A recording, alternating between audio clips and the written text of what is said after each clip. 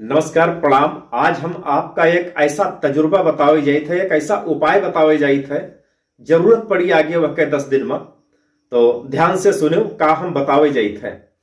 नवरात्रि आवे वाला है बहुत जल्दी और मंदिरन में काफी भीड़ आपका मिली है। तो हम एक ऐसा उपाय आपका बतावे जाइत है कि चाहे जितना हजारों की भीड़ होए, आपके दर्शन देवी के मंदिर में मात्र 2 मिनट में हुई। आपका दर्शन करे से कोई रोक न पाई। बने रहो हमरे वीडियो में, बहुत जल्दी हम बतावे जाइत है।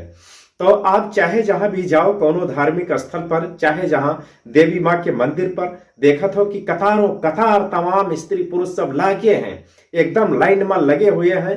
दर्शन मिले में कम से कम 6 से 8 घंटा तक लग जाते हैं। तो हम एक आपका तजुर्बा बतावे जा रहे हैं, वह का अपनाओ फट से, और आपके दर्शन हुई 2 मिनट के अंदर। आप पहुंचो जहां पर लाइन लगी है, तुरंत अपने सर का इस तरह से